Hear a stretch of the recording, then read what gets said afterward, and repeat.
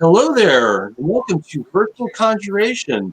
This is our first official panel. We are just having so much fun figuring this stuff out as we go. Let's see what happens here. Now, my name is Darin Bush. I'm also known as the Professor, and welcome to our first panel here in the Virtual CONjuration 2020. Why is prophecy so vague? The answer is not simple, but I've got some wonderful people here collected around me to help me answer that question, or not answer that question, actually, I should say. What I want to do is I want to start out by letting our panelists introduce themselves, and then I will explain what we're going to attempt to do here for the next 43 minutes, and we'll see what happens. So I'm going to pick on Dennis first. Dennis, if you'll please introduce yourself to the CONjuration audience. Hello, everybody. This is all new to all of us, so we're going to try to get through this, but I'm an author. I wrote the Secrets of the Runestones fantasy series. 2 books out so far, with me gearing up to get the 3rd book out soon. And I've been writing for a few years now, and I look forward to helping out with this panel. Excellent. Thank you, Dennis. And the traveling bard, Lydia, if you'll introduce yourself, please. First, I'll give a disclaimer. I'm in my van with my 2-year-old and my 4-month-old. We're on our way down to Atlanta. Actually, we were going to go down to the convention, but since that was canceled, we're just going down anyway to visit my family down there. So I'm sure you can hear. Here, I'll give a little screen time. There's the 2-year-old. So he is being very cute. So I apologize for background noise. I'll try to mute it. Yes, you're cute, sweetie. I will try to mute it if anytime I'm not talking, because he will be making lots of noise. But anyway, I am Lydia Sherrer, and I wrote a book series called Love, Lies, and Hocus Pocus: The Adventures of Lily Singer. It is, sweetheart, please be quiet. Thank you. Thank you, sweetie. It is all about magical adventure, snarky humor, and a talking cat. I'm 6 books in. I have another 6 books planned in the series. I'm one of those crazy, insane authors who plots out vast swaths of lifetime of writing, and then is why did I do this? So, and there are prophecies in a prophecy in my storyline. And I thank you very much, Darin, for inviting me on this panel. I'm excited to talk about it. All right, excellent. Well, I hate to do this, Lydia, but if possible, if you could turn your microphone up a little bit. We are having a little bit of trouble hearing you, but okay. We do definitely. There we go. Thank you. But we do definitely want to hear you. Lydia and I had a conversation online before this panel, and I think we've got some really interesting stuff to talk about. So, speaking of business, let me go ahead and say that this is the point where I want to remind everybody that we're going to end at 1:45 Eastern time, this panel, and the technology overlords are telling me, yeah, you're going to end on time, so we're going to end on time. But also, this is a great place to remind you, please participate in the chat. We do still, the panelists do still have the ability to reward house cut points. We have the fabulous monitors that are helping us collect the house points, so we'll be doing that all weekend also. So let's just get right into this. Why is prophecy so vague? I don't necessarily need for you guys to even agree with the premise or the question. That's part of the fun of these sorts of conversations, is every once in a while someone will go, I just don't even agree with your title. And I'm like, I'm okay with that. Okay. We're talking about prophecy from fantasy literature, obviously. I mean, it is CONjuration after all. But we're also talking about prophecy as, and we'll get into this, I hope we'll get into this in a little bit of detail in the panel. We're talking about prophecy as a psychological element, as a human element, something that isn't just in our literature, but is also in our mythology. For some strange reason, the Oracle at Delphi keeps coming to mind every time I talk about this. So let's start with something a little introductory here, which is we're all authors.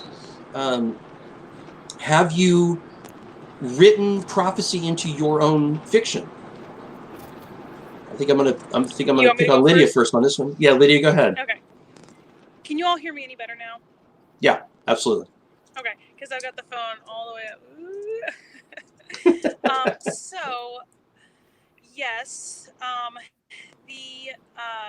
my magical adventure series has a pretty extensive world building. It's urban fantasy, so it's, you know, similar to our world, but there is one extra race, the Fae.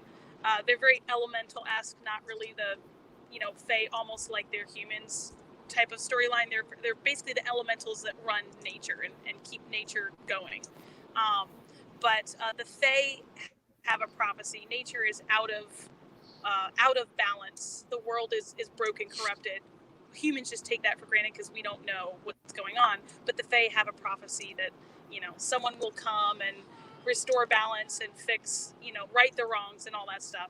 All the great things that prophecies usually foretell. And so it's only very vaguely referenced in the first 6 books. The reader doesn't even know what the prophecy is at the end of book 6. They know it exists. They don't even know what it is yet, because I have 6 more books to go. And what I really wanted to stay away from, which is not, it's not a bad thing, but for many, many decades in like swords and sorcery fantasy, like the book usually starts out with the prophecy, you know, and here's the chosen one. Like, it's all laid out. So I wanted to make the story about the people that the prophecy's about, and then work in the prophecy at an angle from the perspective of, you know, these Fae allies who they get embroiled with. And they're like, oh, this is why they're even working with us. This is why they're even talking to us, because they have their prophecy. The prophecy isn't the human's prophecy, it's the Fae's prophecy. So I wanted to use the prophetic element, because it is an incredibly powerful part of the human psyche, as you mentioned, Darin. But I didn't want to go like the really, you know, cliche route of, you know, opening chapter or prologue, you know, there was a prophecy spoken by this old man with a beard, you know. Yeah. So I actually will admit I have not even read yet. I have not. Oh boy. Written it yet. So I have 6 more books to do that. So 12 books. That's very interesting. Very good. Good luck with that. Okay, so we are absolutely having technical glitches in the very first panel. It's wonderful. We're having fun this weekend. So Dennis, let me ask you the same question. I know, how many books have you published so far? I'm two right now. Two right now. That's right. Right, you said that. And have you incorporated any prophecy into your books yet? Actually, I purposely avoided it. Ah, interesting. Okay. I don't think there's a problem with prophecies. There's a lot of the greatest stories ever told include prophecy. It's just I wanted to, for my own personal preference, I wanted to veer away from that and make it more about the choices they made instead of a hand of fate guiding them. Mm-hmm. Yep, understandable. I have to admit that in my own fantasy writing, I have on my to-do list to try and come up with a way of creating prophecy, a way of creating prophecy in my stories that would actually be original or interesting. That's one of those things where I've decided that if I can't figure out a really a way to do it that's entertaining for me myself, I'm probably not going to try it. And part of it is because I sometimes feel like we're exposed to fantasy prophecy that is basically just, here's 27 slots that you have to fill in, and whoever fills in the slots first wins the golden prize, runs the universe, saves the world, or doesn't save the world, whatever it is. So there's plenty of prophecy out there where people are kind of, I think, similar to what you said, which is it isn't just let's get to this spot that has been decided for us millennia ago. But I am curious to see how that works from the other side, from the writing side, because one of the things that we know is that there are writers, myself included, who write the ending and then work backwards to the beginning. I have done that in some of my stories. I know some authors who do that. And prophecy allows for this to happen very easily, is you can write the prophecy and you can write the ending, how the prophecy is fulfilled or almost fulfilled. And you can build all of that in before you write essentially the middle of the story. So I'm sure there are people out there who think that prophecy is a gimmick. I'm not one of those people. I think it's fabulous when it's done well.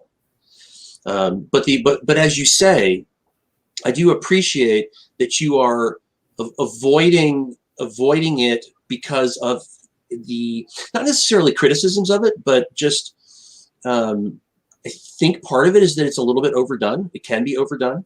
I was working on CONjuration scheduling yesterday, was watching something on Netflix, and all of a sudden there's a prophecy.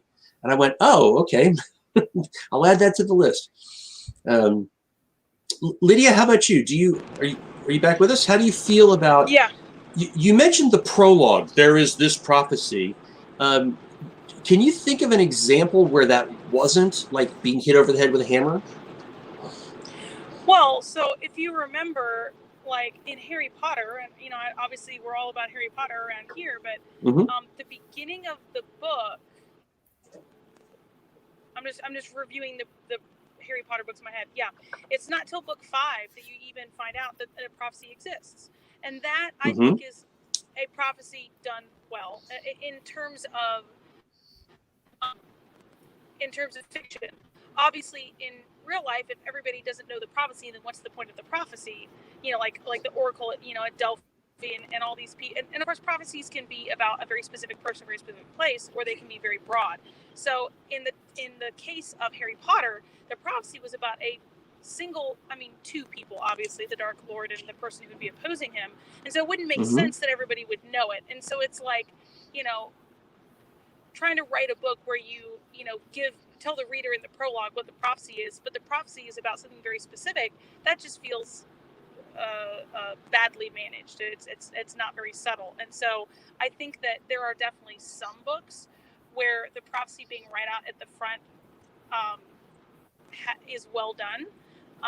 But you're right, it has been overdone, and those are usually older books that have been around for a while, to where like we're just used to it. Another book that I really, really, really like that the prophecy was very well done was the Mistborn series by Brandon Sanderson. And one reason it was is because I'll try to be vague, but it's a little bit spoilery. The translation that they had of the prophecy ended up having a problem with it, and so things didn't work out, and it didn't end up being because the prophecy was untrue. It's because of the communication of it and what it actually was had been incorrect in a really unique and cool way that you'll find out if you read the books. I don't want to spoil too much for people.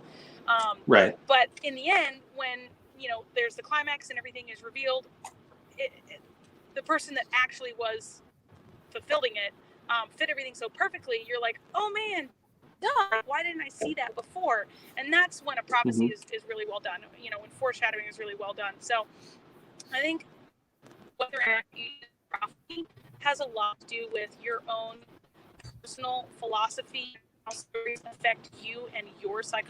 And there's no right or wrong about that. It's just, I like to say there's a book for every reader and a reader for every book.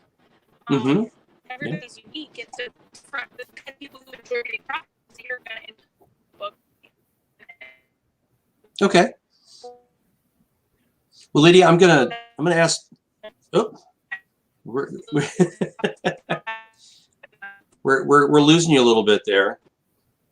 Oh boy. Okay. Well,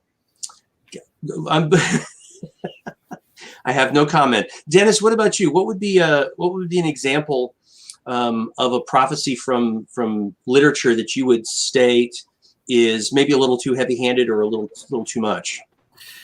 Well, I kind of refer to Game of Thrones.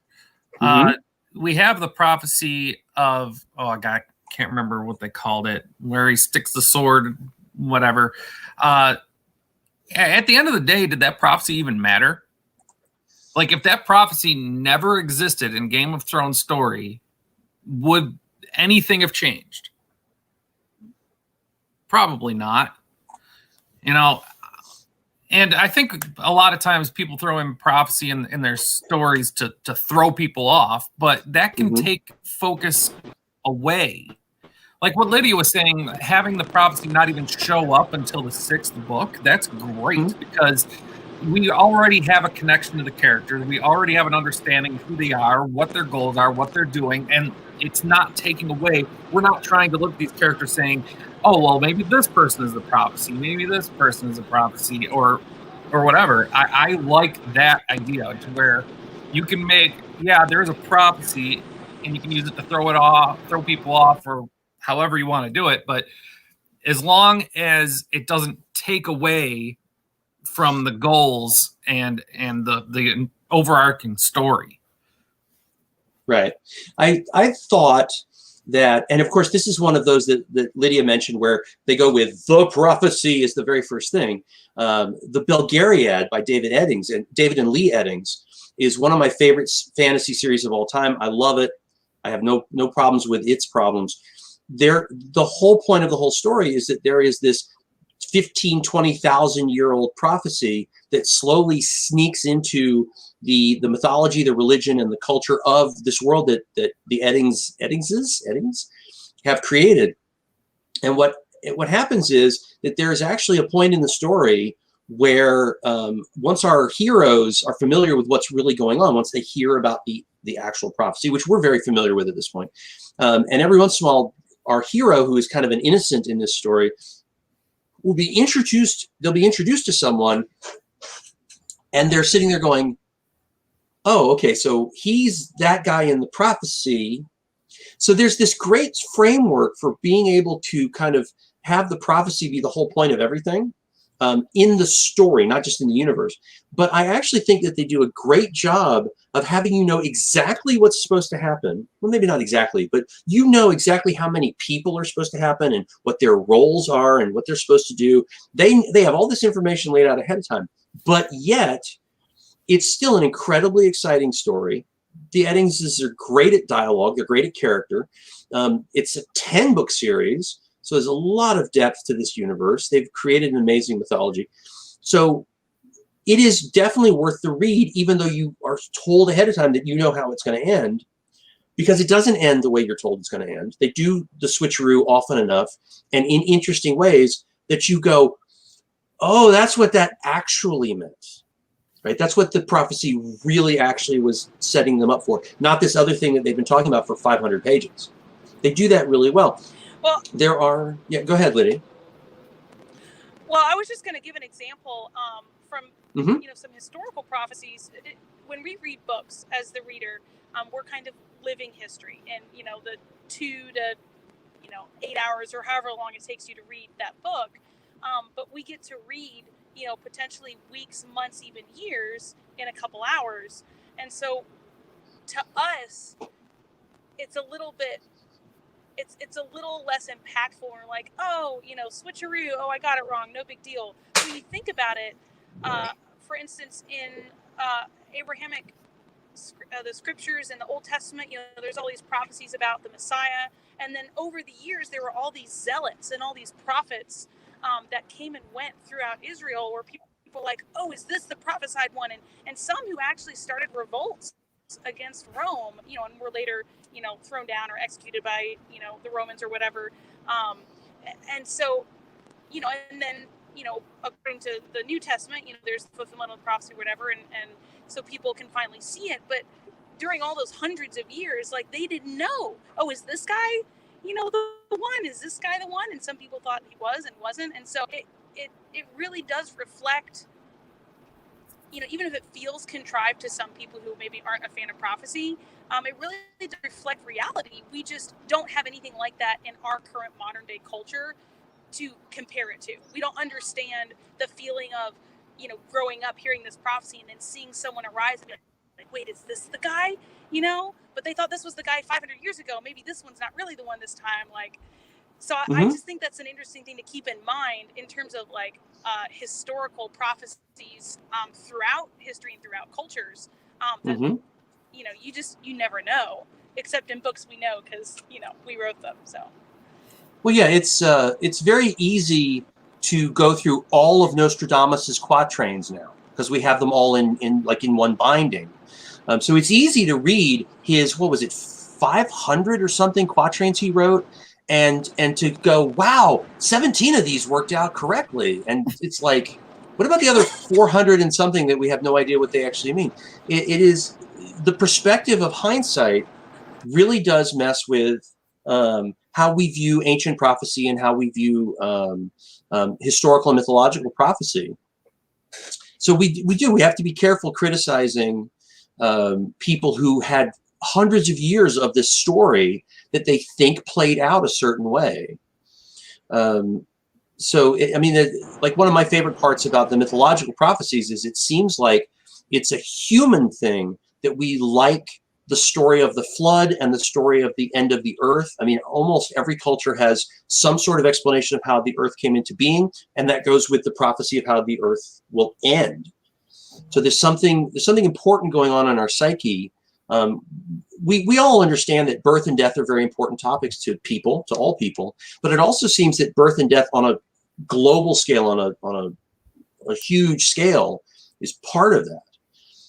So I really love seeing how all the different cultures interpreted not just the beginning of the universe, but the end of the universe. And those are, because we're here, technically those are prophecies. If you want to be pedantic about it. I'd like to know why all these stories have the prophecy about its teenager. Like, those are the most unbalanced people on the planet. Let's have a prophecy about an 80-year-old grandmother who needs to remember to take her medication. That would be fun. Yeah, we do seem to have currently a lot of chosen ones are teenagers, and I don't know if that's just because of the publishing engine in English in the Western world, basically, where they're trying to sell books to teenagers, and so they, the chosen one needs to be a teenager.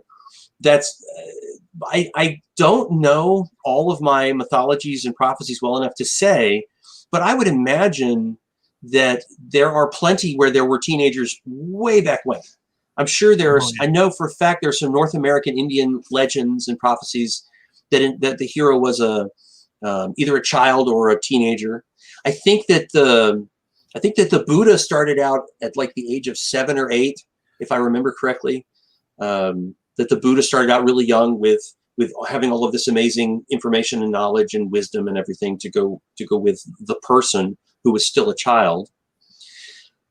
So Dennis, what about let's see here. So what would be a mythology, or what would be a real prophecy that's worth talking about in this context? I have some Greek prophecies in my back pocket, but do you have any in mind for this? Well, of course, you could go to the Bible and talk about the return of Jesus. Yeah, but I was also thinking about even further back than it. Yep, absolutely. Welcome back. Dennis, can you hear me? Yes, I can hear you. Barely. Yep. Hey, Dennis, can you hear me? Yeah, I can hear you. Yeah. Can you not hear me? Okay. Yeah, no, I can hear you. Okay. Before, in case I drop out again, I do want to give out a few house points. Do I just say that, Darin, or do I have to put it in the chat? No, just say it. The monitors will help us out with that. Okay. Well, I want to give a house point, or do I have to say an amount, or just is there a standard? It's just 5. Just 5 points. Okay. Well, 5 points to Chris because they're being witty, and 5 points to Daniel because Daniel mentioned cats, and who was the other person? I'm trying to find the beginning again. There was someone way at the beginning whose name. Yeah. There was someone way at the beginning who said they were excited to be here. Yeah. I don't remember. And at some point between panels, you and I will talk about me giving 5 points to each of your kids because they are being very well behaved. And we appreciate that. Oh yeah. Well, I mean, Wesley isn't quite asleep, but he's being quieter. Hey. So Lydia, what's a good example of a real world mythological prophecy from way back? Like I'm sure the Sumerians and the Babylonians had them. We know the Greeks had them. Yeah, well, so there was go Norse. Well, I mean, are you talking about like big overarching, like over hundreds of years type of prophecy, or like some examples of how prophecy worked in with their culture? Either one. I was being vague also with the idea of this. Like, obviously, I'm sure some of our audience are sitting there going, Ragnarok. So we'll get to Ragnarok. But things like that, I really don't care if it was small scale or big scale at this point. Sounds like you've got something in mind. Well, so ancient Sumeria, I've done some research, not a ton, but some, because actually my Lily Singer Adventures series the culture it interacts with is ancient Sumeria, because my world building posits the idea is that wizards originally came from ancient Sumeria, Babylon, because it was the first civilization before Egypt, before the Norse, all these other mythologies that people love to use. Mesopotamia was the cradle of civilization. So like the Tower of Babel, is like when all the people were scattered, and so wizards, spread across the world. But anyway, in ancient Sumeria, they did a whole lot of prophesying with animal guts, which is a very pleasant thought. But what they do, and they've actually done some scientific research on the methods and how it might have come to be as to why they did them. They have actually found writings and predictions of, it usually was predicting weather and predicting seasons for like agricultural reasons.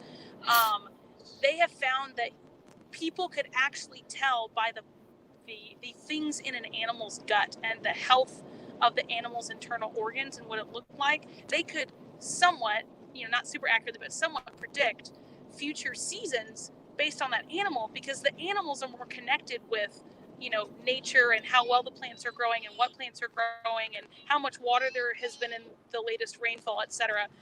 And so there was a reason why they were looking at animal guts. It's not because someone's just randomly like, man, I think animal guts would be a great way to figure out the future. No, like they had a reason behind that, and there was, a degree of success in, those priests, blessing the animal and, dedicating it to the gods, and then, cutting open its belly and looking at its intestines.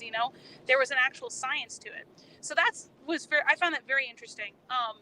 I have to say real quick, I have to say real quick, CONjuration does not endorse predicting the future with animal guts. We're not endorsing that. Oh, no.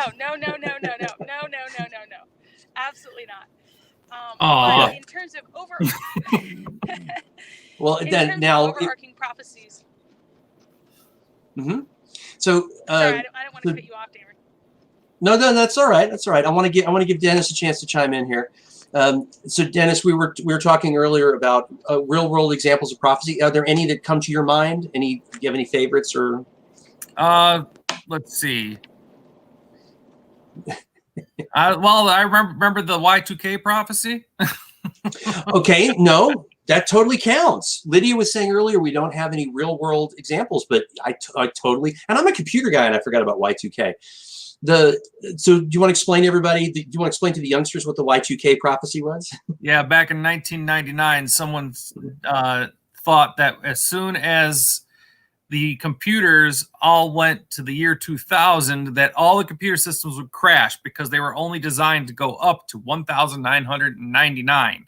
So everybody, it was a real thing. Like people really got scared that like the nuclear warheads in the countries were going to just launch because it turned year 2000, and they really thought, a lot of people thought that the world was about to end. There's been like, I don't know if it's considered prophecy, just like trying to come up with things that will happen in the future. But a man in 1955 declared that by the year 2000, we would have nuclear powered vacuum cleaners. I did not know about that one specifically, but this is interesting. Is in the modern world, we've turned this into an industry called futurism with a capital F. And these are basically investors. These are people with lots of money, and they're trying to figure out what's going to make $1 billion a few years from now. So in kind of a weird way, the stock market and venture capitalism and futurism investing and all of this stuff is kind of our modern version of playing with prophecy. It isn't opening up an animal and looking at their internals, but it's not that different. It really isn't in its motivation. People are trying to, figure out where things are going to go so they can make profit from it, pun intended. But Dennis, that's a very good point. I actually worked in the computer industry during Y2K, and everybody had an opinion. Everybody had an opinion. There were so many people saying the world was going to end, the airplanes were going to fall out of the sky. I think that's a perfect example. No, I mean, I'm not kidding about that at all. That's what some of my IT coworkers were like. Like, we're going to have airplanes falling out of the sky. Yep. Didn't happen. The I remember we stayed up. We stayed up on the last day of the year 1999 and stayed up like past midnight. Me and my siblings. I was like 10 at the time. I remember it. Like, Daddy, did the planes fall yet? Feel old yet, Darin? No, not at all. Not at all. I was one of the things I was hoping we'd touch on with this discussion is, why do we like prophecy so much? And I think this is part of it, is if you know something is going to happen or might happen, then your opinion is just as valid as anybody else's because it hasn't happened yet. I'm not sure exactly what psychologists would call that, but we do love to talk about what will happen next Sunday to my football team, or what will happen, next year for my sports team, or how many books is this author going to sell? How well is the next Star Wars movie going to do? We, as nerds and geeks especially, we love arguing about things that we have no influence over, that hasn't happened yet. And I think that's a primary human characteristic. Is back before, way back before, people would sit around and go, well, okay, what can we argue about that hasn't happened yet? Well, there's the floods, there's the crops, there's the eclipses, there's the births and the deaths, and there's the wars and changes in government. And so once you start looking at that list of things that people can nerd out about in a non-technical society, you get a lot of that stuff starts to sound like prophecy. I like what Ellie just wrote there. I don't know how to do the whole points thing, but Ellie, great one. That's 5 points for your house. Do we make our own destiny, or is it written for us? Yeah. And that is, Lisa, you get 5 points. Mayan calendar. There's another great example. Everything was supposed to end in 2012. Yeah. See, now I have a very strong opinion about the Mayan calendar, which is the reason why we misinterpreted that the world would end at the end of the calendar. It's because the Mayans were no longer around to reset the calendar. I think we just completely misinterpreted that one. Go ahead, Lydia. I had a quick thought in terms of why we like prophecy so much. In ancient times, Darin, you gave a list of crops and death and births. We got to remember that back then, those things were instant life and death issues to those people. It's not anymore. It really isn't.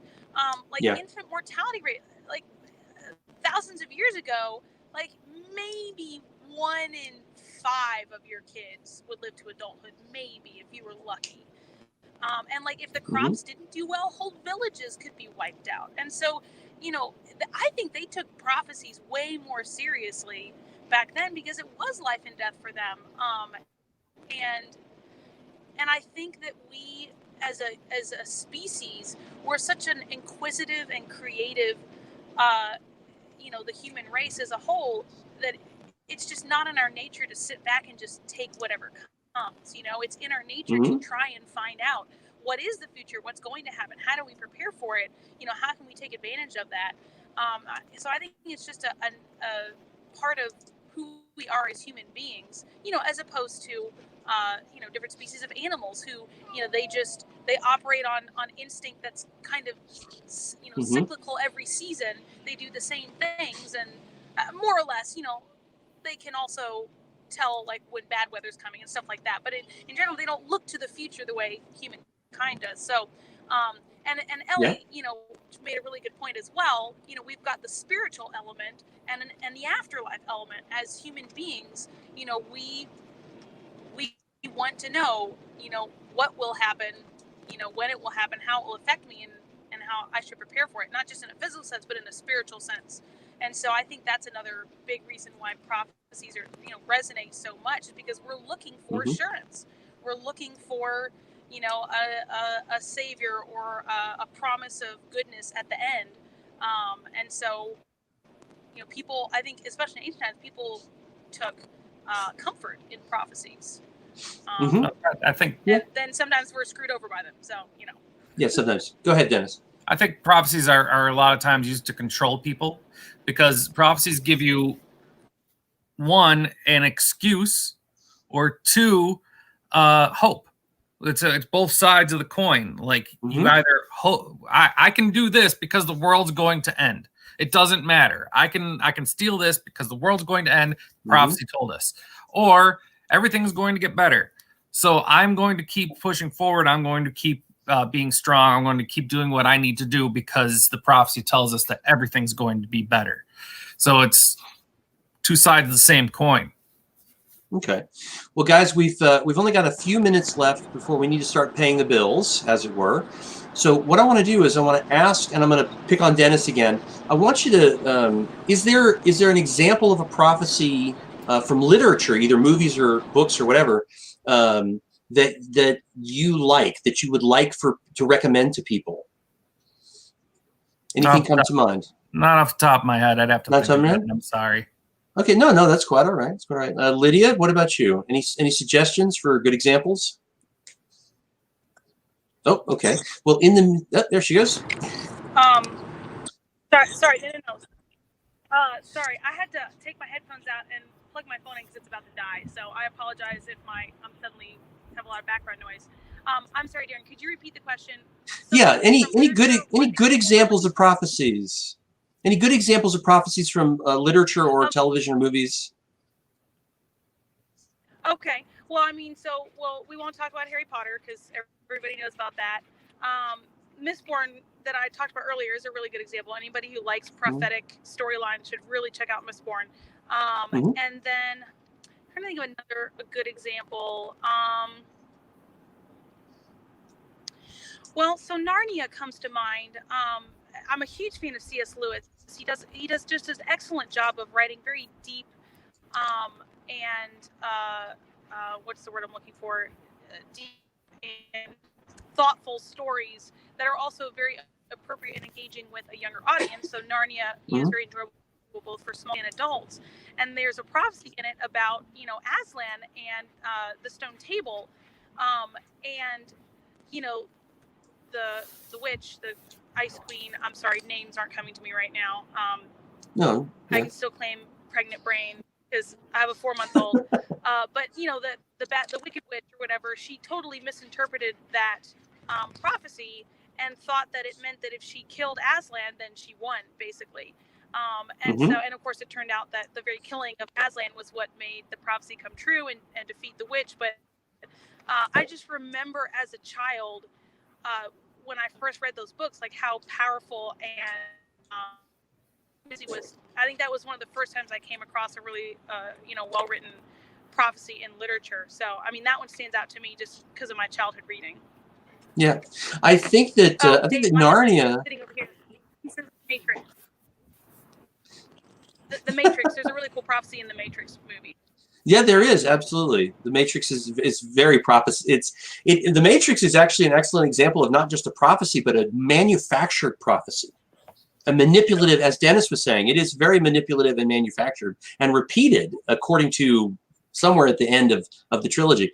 Another science fiction example that I absolutely recommend to everybody in this context is Frank Herbert's Dune, because not only was Paul Atreides the chosen one, but the concept of the chosen one, there is, in my interpretation of the Dune story, the Kwisatz Haderach was invented as a political manipulation. They invented the idea of a chosen one in order for the universe to all get together to work toward that point.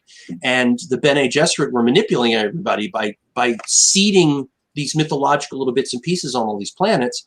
The fact that Paul turned out to actually be the Kwisatz Haderach and had all the magic of that role was just awesome. It was just a great little add-on to this little political arena discussion.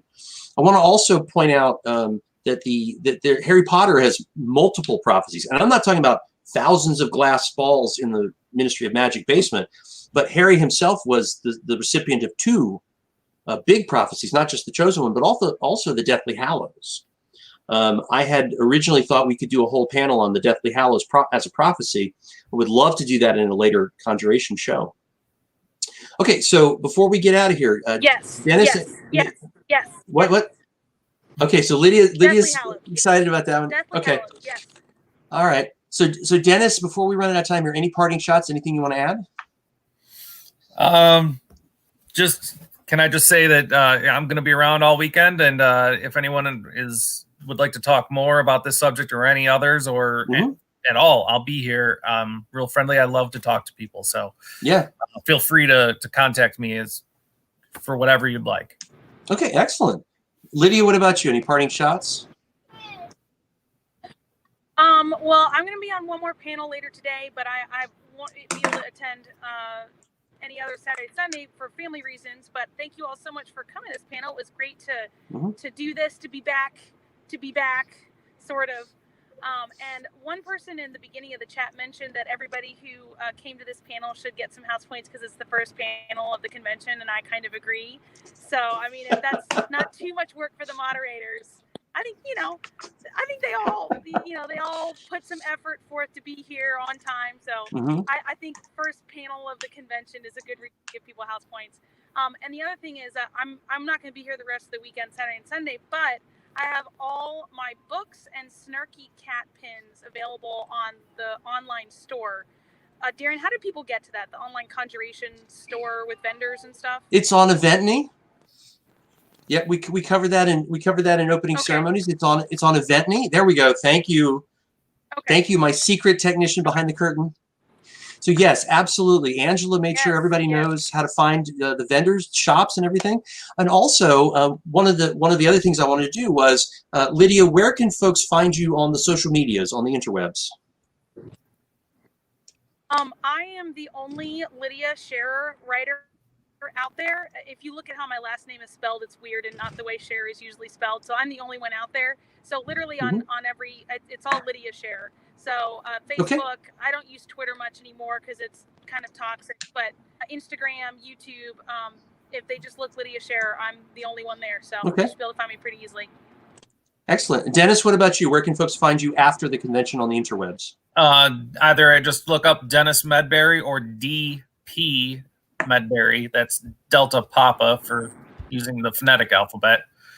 Medbury. I'm real easy to find. If you look up Secrets of the Runestones, you're going to get a whole lot of books that aren't mine. So it's easier to look up my name. Okay.